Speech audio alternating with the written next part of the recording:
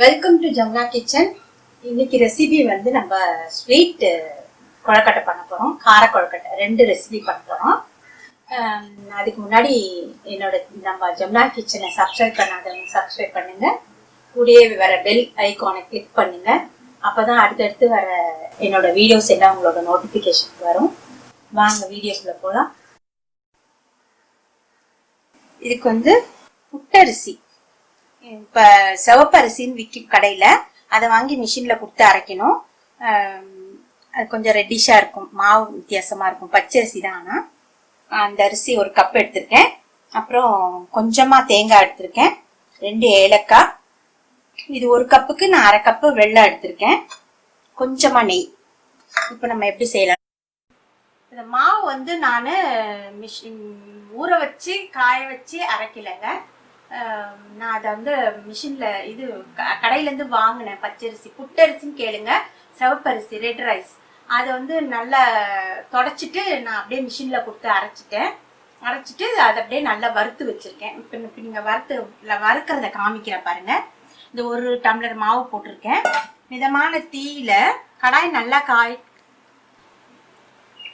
நல்லா காயட்டும். காஞ்சதுக்கு அப்புறமா சிம்மில் வச்சுட்டு நீங்கள் இந்த மாவை நல்லா மணல் மாதிரி வறுத்துக்கணுங்க கடையில். ஏன்னா நம்ம இப்போ அந்த மாதிரி அரைச்சோம்னு வச்சுக்கோங்க, ஊற வச்சு காய வச்சு அரைச்சோம்னா நல்லா வறுத்து 2 நாளைக்கு நல்லா ஆற போட்டு அதுக்கப்புறம் நீங்கள் வருஷத்துக்கு டப்பாவில் எடுத்து வைக்கணும். உங்களுக்கு நியூ கமர்ஸ்க்கு இதெல்லாம் தெரிய வாய்ப்பு இல்லை. அதனால நான் என்ன சொல்கிறேன், ஈஸியாக உங்களுக்கு வந்து நீங்கள் கடையிலேருந்து வாங்குங்க அரிசியை. அதை நல்லா தொடச்சிட்டு நீங்கள் அப்படியே மிஷினில் கொடுத்து அரைச்சிருங்க. நல்லா நைஸாக அரைக்கணும். இடியாப்பத்துக்கு அரைக்கணும்னு சொல்லுங்கள், அவங்க அரைச்சி தருவாங்க.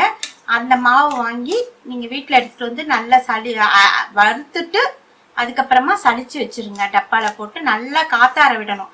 அதுவும் அந்த சூடெல்லாம் நல்லா போகிற வரைக்கும் நல்லா காத்தாறினதுக்கப்புறமா நீங்கள் டப்பாவில் எடுத்து நீங்கள் வச்சிட்டிங்கன்னா அதுக்கப்புறம் நீங்கள் இனிப்பு கொழுக்கட்டை, இடியப்பம், கார கொழுக்கட்டை எது வேணால் இந்த மாவில் பண்ணிக்கலாம். நான் ஈஸியாக பண்ணுறதுக்காக தான் உங்களுக்கு வந்து இந்த மாதிரி மெத்தடு செஞ்சு காட்டுறேன். நீங்கள் இதை ஃபாலோ பண்ணுங்கள், கண்டிப்பாக நல்லா வரும். இடியாப்பமும் சூப்பராக வருங்க. நீங்கள் ஊற வச்சு அரைச்சி தான் பண்ணனா அப்படி தான் வரும்ன்றதெல்லாம் கிடையாது. நீங்கள் இதை மாதிரி ட்ரை பண்ணுங்க, கண்டிப்பாக வரும். இது வறுபட்டுருச்சுங்க. நல்ல கை வச்சு பார்த்தீங்கன்னா நம்ம கை பொறுக்கிற சூடு வந்தால் போதும். எடுத்து நம்ம பாத்திரத்தில் போட்டுக்கலாம். இப்போ நம்ம இதுலயே வந்து வெல்லத்தை காய்ச்சிக்குவோம். 1/2 கப்பு வெல்லம் போட்டிருக்கேன்.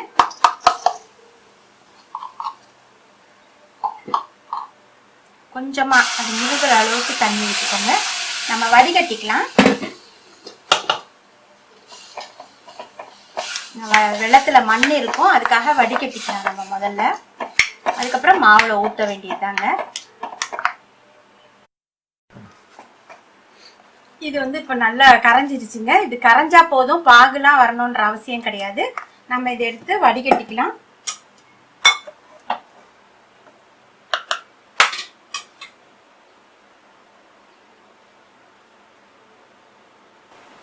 பாருங்க, இதுல மண்ணு இதெல்லாம் எவ்வளோ இருக்கு.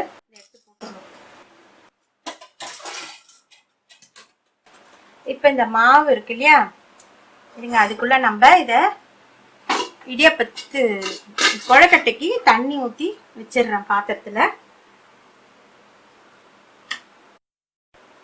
இப்போ ஏலக்காய் போட்டுக்கலாம், இந்த தேங்காயை போட்டுக்கலாம், சும்மா கொஞ்சமாக நெய் விட்டுக்கலாம். வாசனைக்காக தான், நல்லா ஃப்ளேவர் கிடைக்கும். இப்போ இந்த வெல்லத்தை கரைச்சி வச்சுருக்கோம் இல்லையா, அது ஒரு சிட்டிக்க உப்பு, ஒரே ஒரு பிஞ்ச் உப்பு போட்டுக்கலாங்க.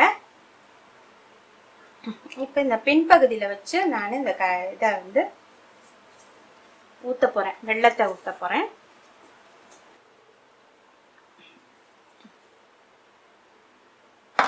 கொஞ்சம் கொஞ்சமாக விட்டுக்கோங்க, உங்களுக்கு தேவையான அளவு. நல்லா பிடிக்கிற பக்குவம் வர வரைக்கும் நம்ம கொழுக்கட்டை பிடிக்கிறதுக்கு வரும் இல்லையா.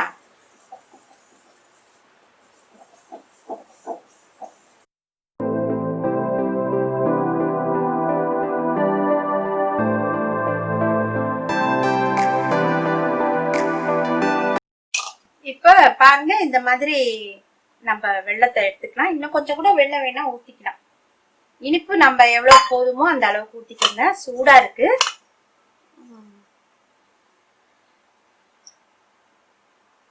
இப்ப அவ்வளவுதாங்க. இதை நம்ம புடிச்சு கொழுக்கட்டை பிடிச்சு நம்ம வேக வைக்க வேண்டியதுதாங்க. ரொம்ப சுலபமா செஞ்சு காமிச்சிருக்கேன். நார்மலா இப்ப வேற வேற மாதிரி செய்வாங்க. இது ரொம்ப ஈஸியான ஒரு மெத்தட். உங்களுக்கு இந்த மாதிரி இடியாப்ப மாவு அரைச்சி வச்சுக்கிட்டீங்கன்னா, இல்ல கடையில இருந்து கூட நீங்க இடியாப்ப மாவு வாங்கிட்டு இதே மாதிரி செய்யலாம்.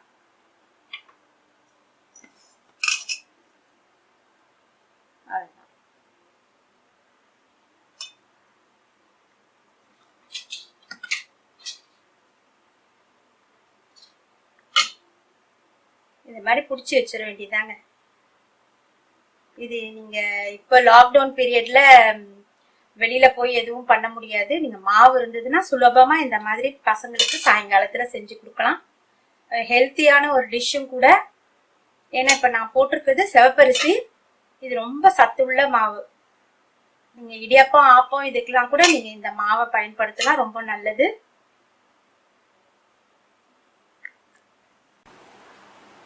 நல்லா வெந்துருச்சுங்க. 10 நிமிஷம் ஆயிடுச்சு. பாருங்க கலர்ல நல்லா மாறி இருக்கு. அவ்வளவுதான், இது வெந்துருச்சு. ஆஃப் பண்ணிடலாம். நம்ம பிளேட்ல டிரான்ஸ்ஃபர் பண்ணிக்கலாம்.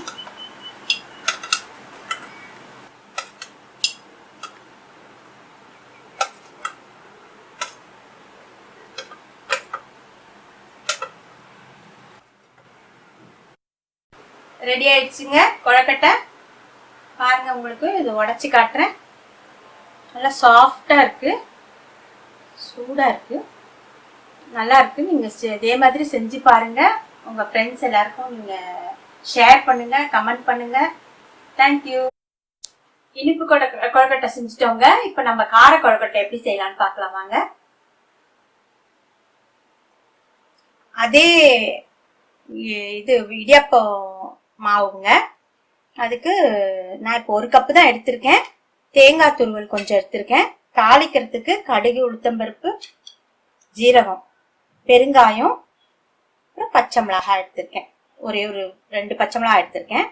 இப்ப நம்ம தண்ணியை சூடு பண்ணிக்கலாம்.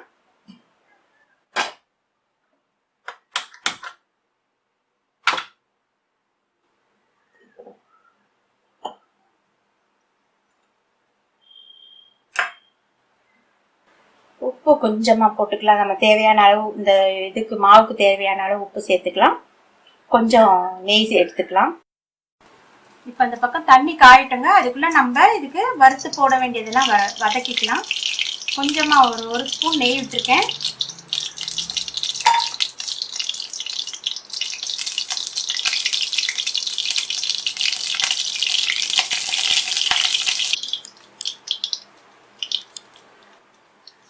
ஒரு 1/2 ஸ்பூன் கடுகு போட்டுருக்கீங்க.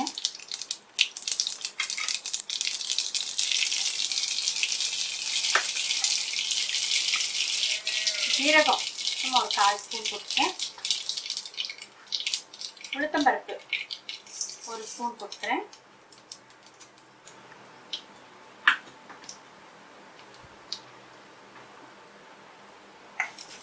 உளுத்தம்பருப்பு நல்லா செவக்கட்டும். பெருங்காயம் போட்டுக்கிறேன்.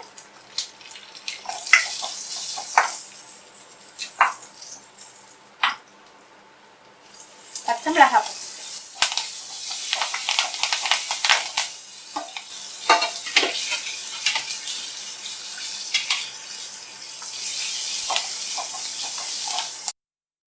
தேங்காய் துருவி வச்சுட்டேங்க, அதையும் போட்டுக்கலாம்.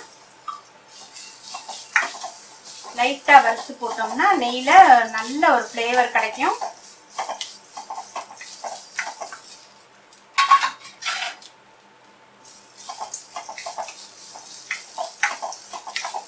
அவ்வளவுதாங்க, இது வறுத்தாச்சு, போதும். நம்ம மாவுல எடுத்து போட்டுக்கலாம்.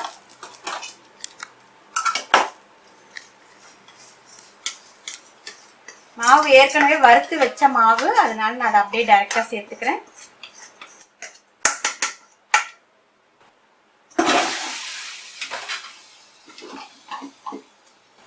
இப்போ நம்ம இடியாப்பம் வேகிறதுக்கான இதை ரெடி பண்ணிக்கலாம். தண்ணி வச்சிருக்கேன் ஊற்றி. சேர்த்துக்கிறேங்க. இந்த மாவுக்கு தேவையான அளவு உப்பு சேர்த்துக்கிறேன்.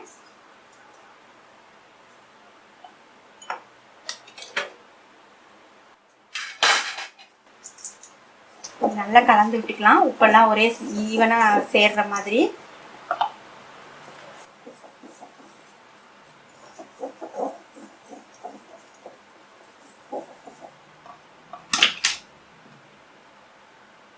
தண்ணி சேர்த்துக்கலாம். தண்ணி பாருங்க நல்லா இந்த மாதிரி பபிள்ஸ் வந்தா போதும். ரொம்ப கொதிக்கணும்ன்ற அவசியம் கிடையாது. கொஞ்சம் கொஞ்சமா சேர்த்துக்கோங்க. மாவு கிண்டக்கணும் நல்லா வெந்து வரும்.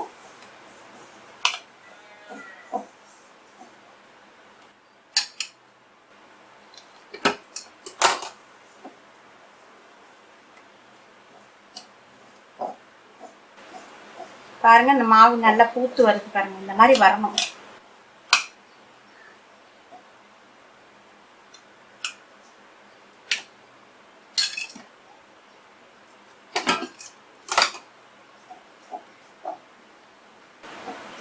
போதும் மாவு தண்ணி போதும்.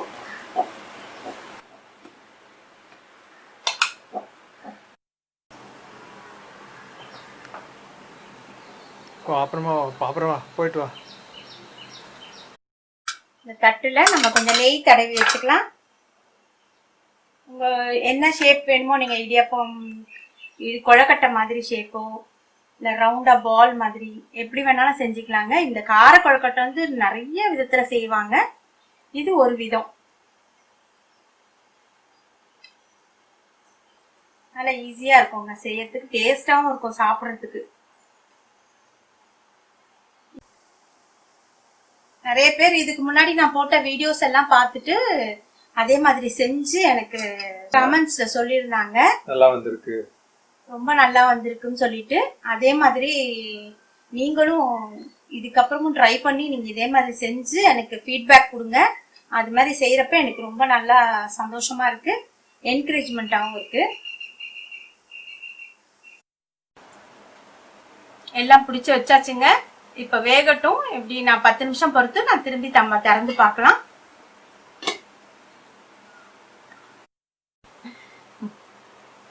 கொழுக்கட்டை நல்லா வெந்துருச்சு. இப்ப ரெடி ஆயிடுச்சு. நம்ம சாப்பிட வேண்டியதுதான். சூப்பரா ரெடி ஆயிடுச்சு பாருங்க.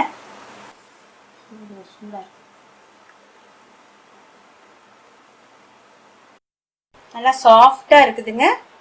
பாருங்க எவ்வளவு நல்லா வெந்திருக்குன்ட்டு. இது ரொம்ப டேஸ்டாவும் இருக்கும், நல்லா இருக்கும். நீங்க செஞ்சு பாருங்க. இந்த வீடியோ உங்களுக்கு பிடிச்சிருந்ததுன்னா லைக் பண்ணுங்க, ஷேர் பண்ணுங்க, கமெண்ட் பண்ணுங்க, சப்ஸ்கிரைப் பண்ணுங்க. தேங்க்யூ.